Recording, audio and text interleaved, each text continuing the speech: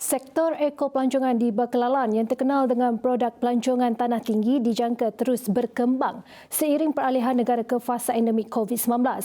Perkembangan sektor itu juga bakal disokong dan dipacu seiring dengan usaha Kerajaan Sarawak untuk membina dan menaik taraf jalan raya di Baclalan yang akan diintegrasi dengan projek Sarawak Sabah Link Road (SSLR) yang akan disiapkan dalam beberapa tahun yang akan datang. Timbalan Ketua Menteri Sarawak, Dato' Amar Awang Tengah Ali Hassan berkata, menerusi kemudahan jalan raya baharu itu, Baclalan yang terkenal dengan pemandangan indah Gunung Ganang, tanaman padi bukit atau beras adan dan Telaga Garam Bukit akan terus menjadi destinasi tumpuan pelancongan yang menarik di Bumi Kenyalang. Antara tarikan utama di Baclalan ialah keunikan proses pembuatan garam bukit oleh masyarakat Lun Bawang yang masih menggunakan kaedah tradisional, sekaligus dapat mengekalkan kualiti tinggi produk garam ini.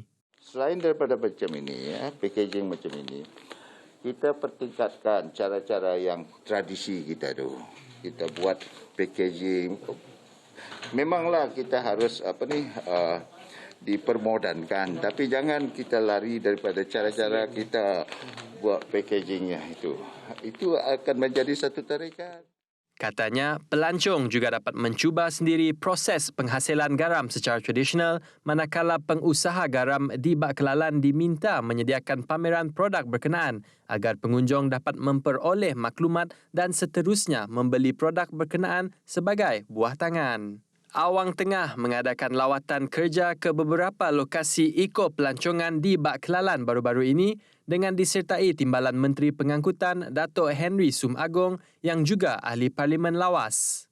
Beliau berkata kerajaan negeri melalui Jabatan Hutan Sarawak akan terus menyalurkan bantuan termasuk keperluan infrastruktur untuk meningkatkan mutu penghasilan garam bukit di Baclalan. Sementara itu, seorang daripada penduduk yang terlibat dalam perusahaan itu, Liao Salutan, berkata perusahaan produk garam bukit itu dijalankan secara bergilir-gilir oleh penduduk kampung di situ yang melibatkan kira-kira 40 keluarga. Setahu saya, ini sudah lama sudah dari tahun 50-an.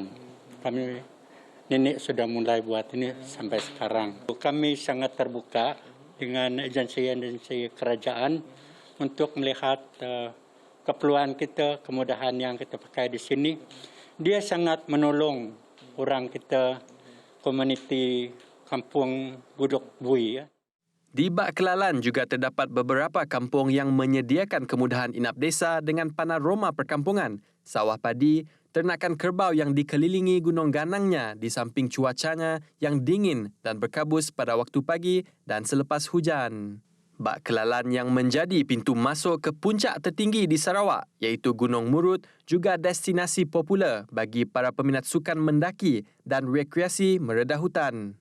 Di sini, pengunjung boleh melawat ke Taman Negara Pulong Tau dan menikmati keindahan 3 air terjun di sepanjang Sungai Kumap yang boleh diakses dengan berjalan kaki selama 1 jam dari kampung Budok Nur.